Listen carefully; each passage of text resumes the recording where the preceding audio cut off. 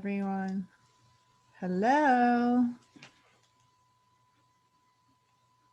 Let's see, it looks like everyone's either coming in or connecting. Sorry, we're a little bit running behind today. We're having some technical issues that we were trying to get straightened out, but thank you all for joining us. I see some new faces with us today, and some familiar faces, so it's nice to see everyone.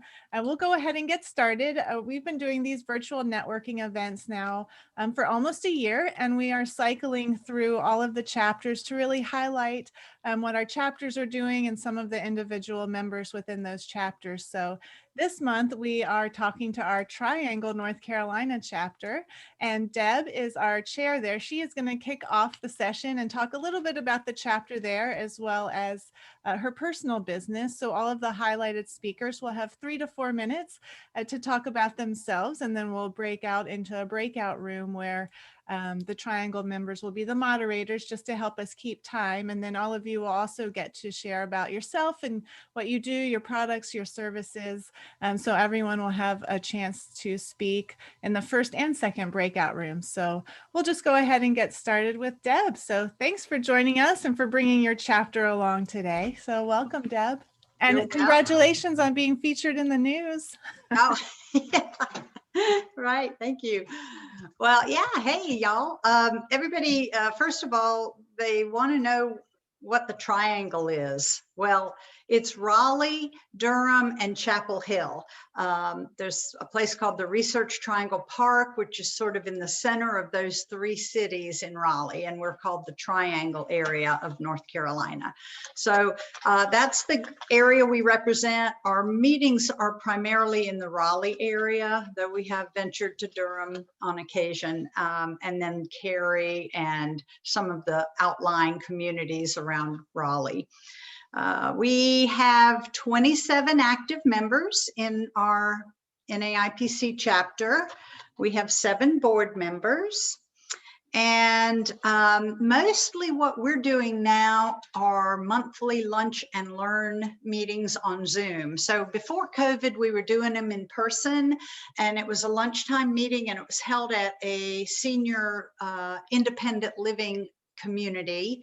It was awesome because they provided a lunch buffet for us, and we had speakers and, you know, audio visual and all of that. So it was really great. And then COVID hit. So as all of you know, we're kind of resorting to Zoom for the last year.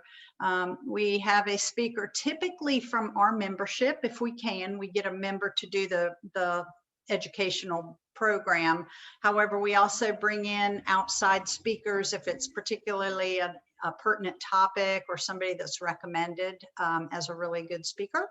So we've had pretty good results with that. We usually have about 10 to 12 members on our Zoom calls.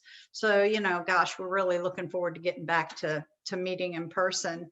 Our next monthly meeting is going to be on May 27th, and it will be one of our realtor members, Frida Hamlet. She'll be talking about downsizing, plan today for tomorrow's move. So that's our next meeting.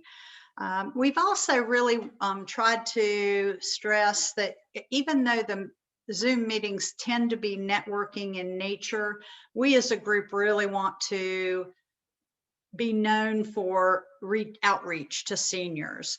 And again, prior to COVID, we did a lot more of that outreach. Rick, our outreach chair, we did talks at residential communities. We would, kind of go into the communities and do presentations and highlight our members. So we really want to get into doing that again.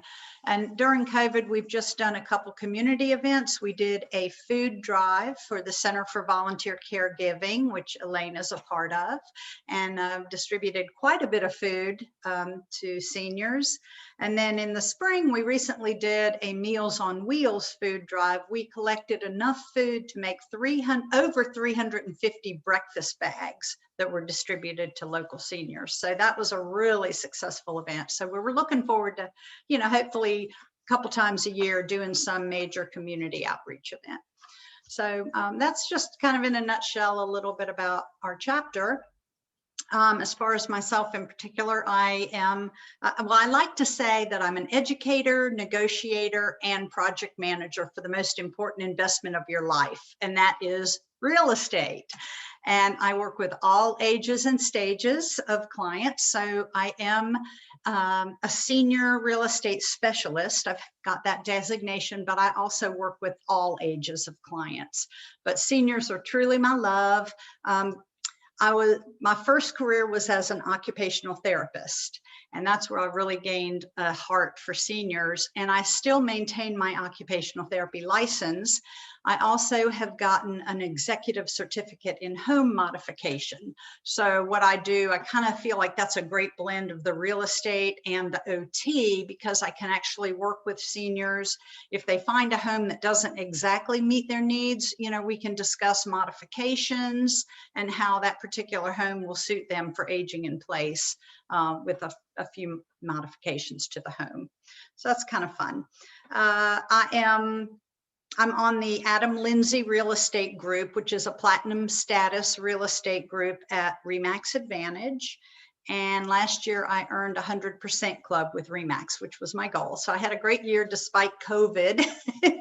Yeah, it was like so surprising, but yeah, it was a good year. And now, of course, it's crazy. I'm sure you've heard everything about this, the crazy real estate market and the soaring prices and the limited supply, and it's all true. So we're all being challenged a little bit now.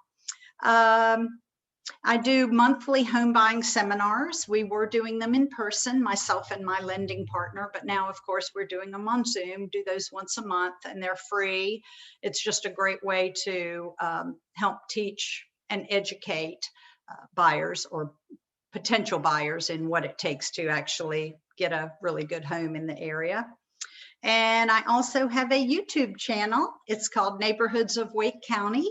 I post once or twice a month a different neighborhood in the area and just highlight features and benefits of that particular neighborhood. So that's kind of fun. Gets me out of the house and roaming around with my video camera. So that's me. I just love working with all kinds of people. I particularly, like I said, I just love my seniors.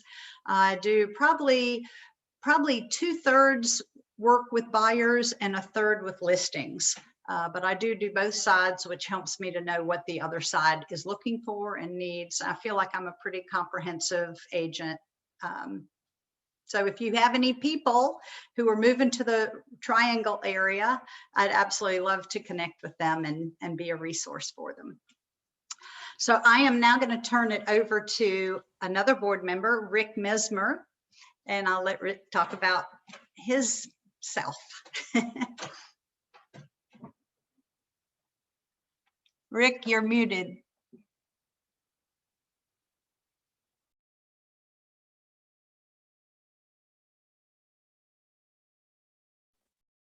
Better? Good. I'm always afraid I'm going to cough and sneeze in the middle of somebody else's presentation. So thank you. Rick Mesmer. I've been involved with the senior business for about 14 years. I was just looking at my LinkedIn recently and was kind of surprised it was that long. One of the realities of being in the market for that many years was that I found very quickly that there was this gap of not only educating people in the industry, but those people that were forced into the senior market for whatever reason. I work for a elder law attorney, but what our real focus is government benefits for helping pay for long-term care. So I'm dealing with people who are veterans who are looking for the aid and attendance benefit. We're looking for people who need something that's called special assistance, which is for assisted living and memory care, and Medicaid for skilled care. And so I'm in a very interesting position in that when people come to me, very often it's referrals from any number of people. It could be a realtor, somebody who's in any number of these placement kind of businesses that help people find locations. It could be an assisted living or an in-home care agency. So I get a variety of folks. And how I get the call is they hear what the price is. And they say, oh, it's only $6,500 a month. And the people go, we don't have that kind of cash flow. We don't have those kind of assets. What are our options? And so over the years, it's a great position I'm in because I get to see an overview of the entire industry. How do I help a family solve the problem of mom needing care? And so it may very well be modifying the home, bringing in a home care. It may be they can't even afford that. And it would be making a referral to the Center for Volunteer Caregiving to get them some companion care or maybe a phone call. It may be suggesting going to a place like Meals on Wheels to get some nutrition. And then we can kind of piece it together from there while we're waiting. So when you think about this triangle that Deb described, fortunately or unfortunately, North Carolina is one of the top states for people moving in every year. The triangle is either the first or the second, depending on what month you look, in the state of North Carolina for new residents moving in. Now, why do I think that happens? Universities, colleges, we have a community college system called Wake Tech, which trains people in technical kind of businesses. We have Wake Med, UNC, Duke, we have hospitals galore. And so for somebody who's aging, the opportunity to be involved in a very vibrant community with colleges all over the place, and in the same breath, have some of the finest healthcare in the entire world, let alone the United States, becomes a very attractive place. Clearly, we've got the hub of Raleigh or the hub of Durham. Once you get a little bit outside of that, I only, on a clear day, I might even be able to see downtown from my house, but I can't get there unless I drive. So one of the problems that we have in this aging in place problem, if you would, is people can't get affordably from point A to point B. That seems to be a major issue. As people live longer, their finances get depleted. And the cry I hear almost daily is, we can't afford to live where we're living. Spoke to a guy the other day, and I think he was like 92, very, very sharp, lives independently, and he's asking me what his options are. And I said, do you mind if I ask how much you're paying for rent? He lives over by the college, and he's paying $900, and he thinks he's paying too much. Deb, smile. That apartment should be $1,500. I said, please don't stop. Let's talk about this. Don't move until we talk. So affordable housing is around here critical. You drive down the street and it says homes coming. Then you drive down next week and it says starting mid 300s. You drive down next week and it says starting mid 400s. There's a place, you'll know where I'm talking about, on 1010 Road, not far from my house. They started in the 300s. It now says starting in the 600s. And the thing that old Rick doesn't understand is their cars are already in all of the driveways.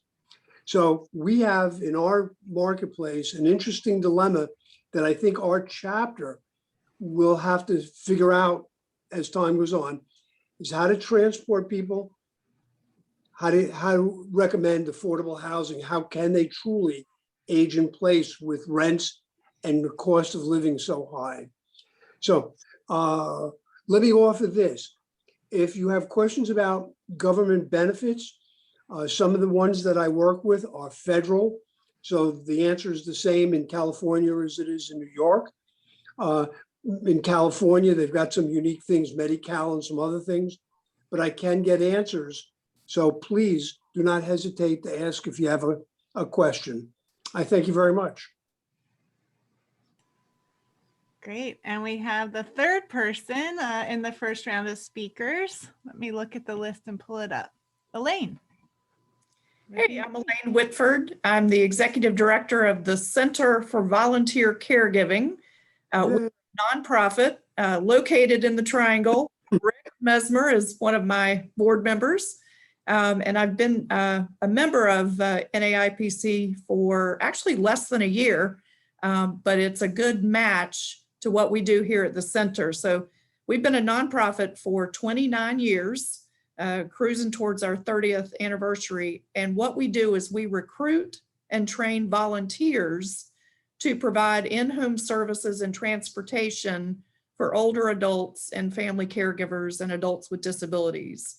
All of our services are free because we're able to do it all with volunteers. We, as staff, we have 5 full-time staff to manage the programs, but we are not providing any direct services. So our volunteer corps allows us to make it happen. Last year, we served about 450 people across the county. Wake County is now the most populated county in the state of North Carolina. So we've got a big chunk to chew. And if you drive from one end of the county to the other, it takes a really long time because I've done it. But we effectively have 3 different programs. Our largest is what we call in-home connections. And in that, we are sending in volunteers to the home to be friendly visitors, to address the social isolation that happens as people age in their home without family or friends nearby or community supports. We also have what we call chore services, which are really safety focused. So a little light housekeeping to try to keep fall hazards out of the way, keep mold and bacteria from growing in the kitchen and the bathroom. We have volunteers that will go through paperwork, sort the mail. If an individual is low vision or blind, they can read to them. And then we also have, as a part of In-Home Connections, a program that got really popular when the COVID hit. And that is our shopping. So our volunteers will actually go to the grocery store and shop for the senior. And as I think everybody here knows, many of our seniors are not connected to the internet. They don't have access to Wi-Fi. They're not even sure how to get their voicemail off of their cell phone if they happen to have one. So ordering groceries online was not going to happen. And then our second program is transportation, and this is escorted. Our volunteer drivers will drive folks to medical appointments and what we consider basic needs, which are grocery stores, pharmacies, could be to the DMV to get a new license, or maybe over to affordable housing if they need to move. So focus really on access to food, access to medication, and access to health care. And then our third program is a caregiver support program. The core of that are our volunteer respite visits. So giving that family caregiver a break from being on 24/7. But we also have a lot of staff support for our family caregivers. We run an evidence-based program called Powerful Tools for Caregivers, which we've been doing virtually for the past year. We also have a lot of supportive online programs that we put in place when COVID hit. We have twice a month, we do an online music respite. We also have a weekly meditation call. We've been giving folks with care recipients with dementia the robotic animals, which seem to be a huge hit. So any kind of support that we can give to those family caregivers to make the challenges of being a caregiver just a little bit easier. And we also have access to respite voucher programs. So if we can't get a volunteer in there quickly enough or just enough, period, we're able to get them access to a voucher program to reimburse them for the cost of some caregiving.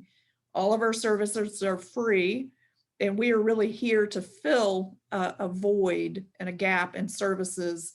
I'll tell you, the past couple of months, as people get vaccinated and start coming back to the surface from COVID, the referrals to our agency have doubled, and we are not keeping up with our volunteer corps, because a lot of our volunteers are going back to work, going back to the office, getting busy with, activities again.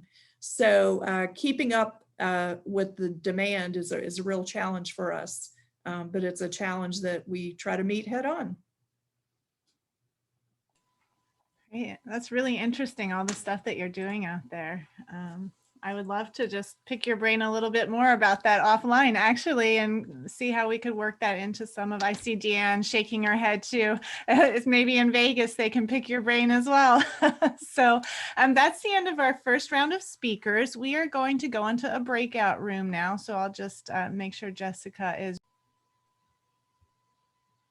Okay, we're all coming back in. Welcome back, everybody. So we have 3 speakers for the second set. So we'll just get going right off the bat. Let me see where everyone is on my screen. Where'd we lose Meryl? Are we waiting Oh, for a well. room? Our first speaker isn't know. here. Sophia. Oh, there she is. I see you. She just popped up, but you're on mute. We're going to go ahead and let you speak then, Sophia. Hi. So I'm Sophia Whiting. I'm with Transitions Life Care, and I'm in the Triangle chapter. I've been with Transitions for about 1.5 years, and I've been in NAIPC for less than a year. I think maybe a little over 6 months, around there. It's really wonderful. Participated in the food drive, the breakfast food drive for Meals on Wheels. That was just fantastic. I love that. Just the whole truck full of stuff that we did really showed the impact that we were able to make in the community. And, you go to so many networking groups and they talk and talk, but this was just did something. So I was really happy about that. But a little bit, so just wanted to toot our horn a little bit there for the Triangle chapter. Yay. So Transitions Life Care has been in business in Wake County. It started as Hospice of Wake County 42 years ago almost. Started on the kitchen table of one of our board of directors, Dr. William Duncan, who is still on our board and still practicing himself and a nurse, and they started Hospice of Wake County. That was back in 1979 when hospice was just starting out. People wanted to stay at home, wanted to pass away at home, and mainly focused on cancer, but really now it has opened up to so many things. And so has Transitions, which is why we aren't called Hospice of Wake County anymore, because about 10 years ago, they started with home health and palliative care, as well as a very small private duty portion that we do as well. So really have the ability to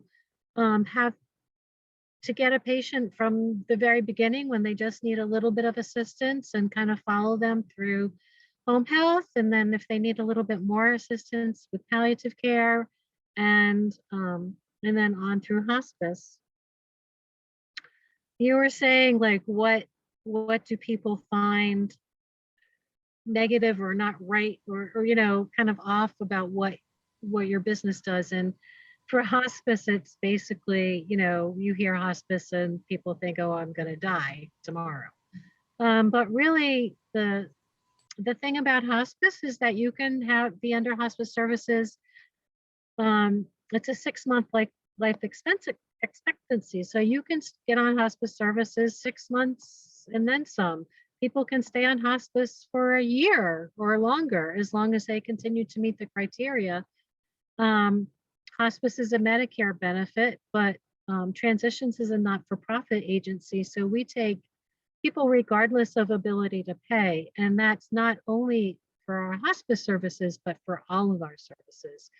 So try and find a home health company that will take you regardless of ability to pay. You won't. So we work with people. We don't take people to collections or anything like that. If they can't afford our services, we still provide our service. And that's home health with PT, OT, speech, all of that. Palliative care is a nurse practitioner who it comes to the home. It's like a house call. They stay for an hour and a half to 2 hours. They go over every little thing that's happening. And it started out with patients who have cancer and are still getting aggressive treatment, but want assistance with their symptom management. But now it can be for anything, for pain, for depression, for assistance with dementia, for planning for end of life. And they come to visit about once every 4 to 6 weeks, and then kind of assess for transitioning into hospice services. And I apologize. I set my timer for 3 minutes and I forgot to turn it on. So somebody wave to me when they want me to stop. Well, thank you. Thank you for sharing Thank you with so us. much. I really appreciate it. It's nice to meet everybody, especially on the West Coast. Yeah. And next on our list is Cynthia. Hi, Cynthia. Oh, you're muted though. There. Okay, that was sign language anyway. So, hey everybody, my name is Cynthia Vonderleer. I am a licensed clinical social worker, and I have my own company, a geriatric care management company called Senior Support Experts. I'm so excited to be here, and I wanted to thank Deb McCutcheon for extending the invitation and for letting me know about your group. It's really exciting to be here. And Deb and I go back probably 20 years. So this is a little bit of a reunion for me. So what I wanted to share was first a little bit about my background, and then I can tell you, I know probably many of you already know what care management services involve, but currently I am at Duke Home Care and Hospice. So I'm a social worker doing home health services, going into people's homes, assessing, providing resources and referrals. And it's a very demanding and extremely rewarding position because I'm able to work with chronically ill individuals as well as helping folks move on over to hospice care. So my background is in healthcare. I have my bachelor's and master's degree in social work, and I've been in healthcare for my entire career. And so I recently started Senior Support Experts out of a desire to really have more of an impact with continuity and for a longer length of involvement with families. So the clients that I'm working with now, I get to help them with every aspect of the care that they're trying to provide for their aging loved one. And we all know that that can be a very unpredictable, tumultuous road, especially with multiple comorbidities, new diagnoses, and one fall that can change the entire situation and landscape for a couple or for an individual. So the depth of experience that I have actually is more comprehensive, I think, into a role as a geriatric care manager.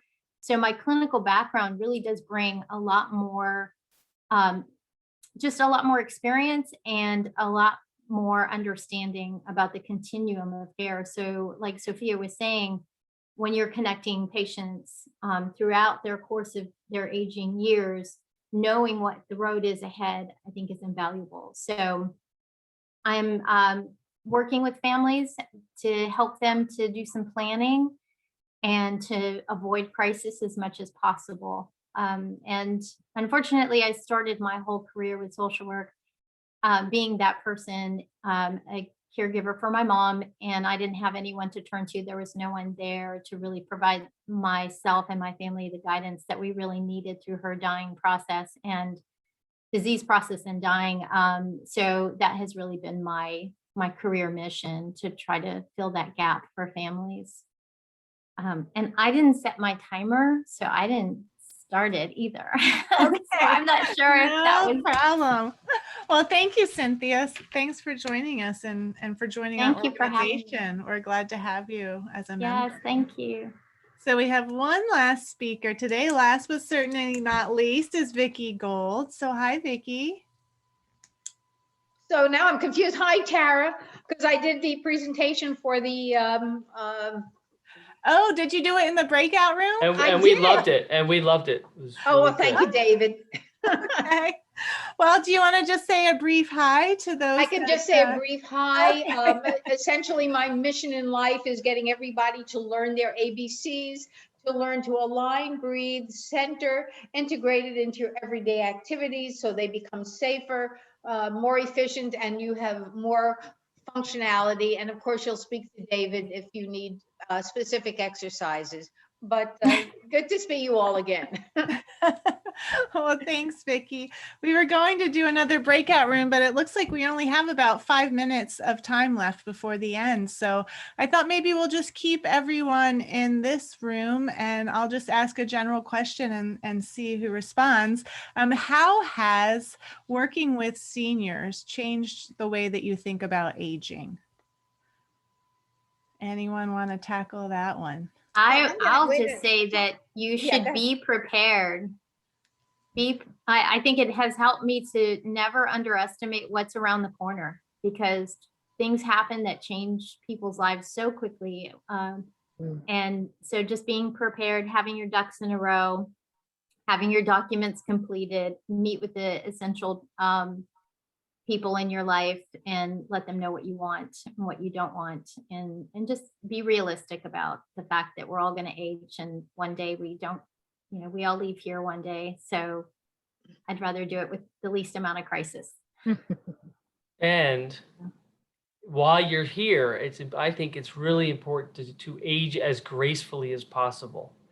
When you have a loved one or an aging person who is just suffering with chronic pain, it brings the whole room down. Like maybe they're complaining a lot, they lose their independence, they're not as happy as they used to be. And I think there are ways to age gracefully if you start early enough. And even if you're 80 and you want to take that next step forward, you can. And it's about empowerment and enabling them to do the right thing so they lose their pain and don't suffer as much as they age. I'd like to speak as an older adult. I mean, I don't know when when the line gets drawn where you go from being an adult to an older adult, but at age 76 and a half now, one of the things that is possible for me to experience and for us to share with older adults is that there are no limits. In the old days, people would get to a certain age and think, oh, at this age, I shouldn't be doing this. So I think us being open as we age, as well as helping the people we work with see that there are no limits. Because you are a certain age, it does not limit you from writing a book, from having a career, from whatever you're passionate about. So, I'm able to see it on kind of both sides now. That's all. And I was going to say, when I started with this, I thought every senior was wanting to downsize. And what I'm realizing, a lot of them want to upsize because now they want a home where all the grandkids and the children feel comfortable coming. Also, I say, well, you should get a ranch style home on one level. They're like, no, the stairs in my home are the only exercise I might get on a rainy day. I want to have stairs to climb, and I have another couple, they want to move because they want to be in a neighborhood where there's walking trails and paths. And so I think for me, it's not about limiting their life and keeping them super safe. It's about providing that safety, but in a really expansive way as their life expands as they age. I agree with every single one of those. And on the positive side, because of my demographics, like half of my town, half of my city of Las Vegas is seniors, starting at 50 and going all the way up. And we just keep aging up even more with all of them in the 40s coming up. And my working with them on so many levels, I have to honestly say that they have shown me, I'm turning 56. And when I first started working with them, I was in my 30s. And I had that little age apprehension going on. I don't anymore because I get to see the good, the bad, and the ugly. And I have to emphasize good because this town they know how to treat the retirees. They have some of the most awesome communities, 5-star resort styles, where they don't have to lift a finger. They have every type of entertainment. They don't even have to go down to the Strip. It's just amazing, but they do take them on buses. So I get to really see both sides. I get to see them really live. So I've learned that if I take the proactive steps, I can really live as a senior and I can do it well. And that's why my education's going more that direction now with seniors, because they hear a lot of the negative side all the time. So I'm trying to get them to understand that the proactive side is fun. It doesn't mean I have to plan and do all these things that are so negative. I get to have fun doing it. And I get to see a lot of that fun. So I'm very blessed in that respect, because it helps offset a lot of the nasty things that come across my desk. Yeah. Well, that's great. I know I'm rethinking my retirement plans now that I've met Deanne. Vegas is looking really good now that I hear some of their entertainment. So now we're going to have a chapter there to support me as I age. So perfect. Well, thank you everyone for joining us today. If you would like to pull a clip, if you were a speaker and would like to pull a clip from your presentation, I can certainly help you do that to use on your own personal social media. If you're part of the chapter, I've offered to come to help your chapter out, or if you're an individual, the breakout rooms aren't recorded, but if we've recorded you at any of our sessions in the past, let me know and I'm happy to help you all with some of your social marketing stuff. So on that note, I'll see you all at the next event. Our next event is next week with Deanne, who is running the professional development series on the mindset of seniors. So I hope to see you all there, and be aware of the blasts that come out. That has all the activities that we have coming up. There's about 7 or 8 on the calendar that are really exciting events. So hope to see you at one of the next ones. And thanks for joining us. Thanks, Thanks Tara. for Bye. organizing, Tara.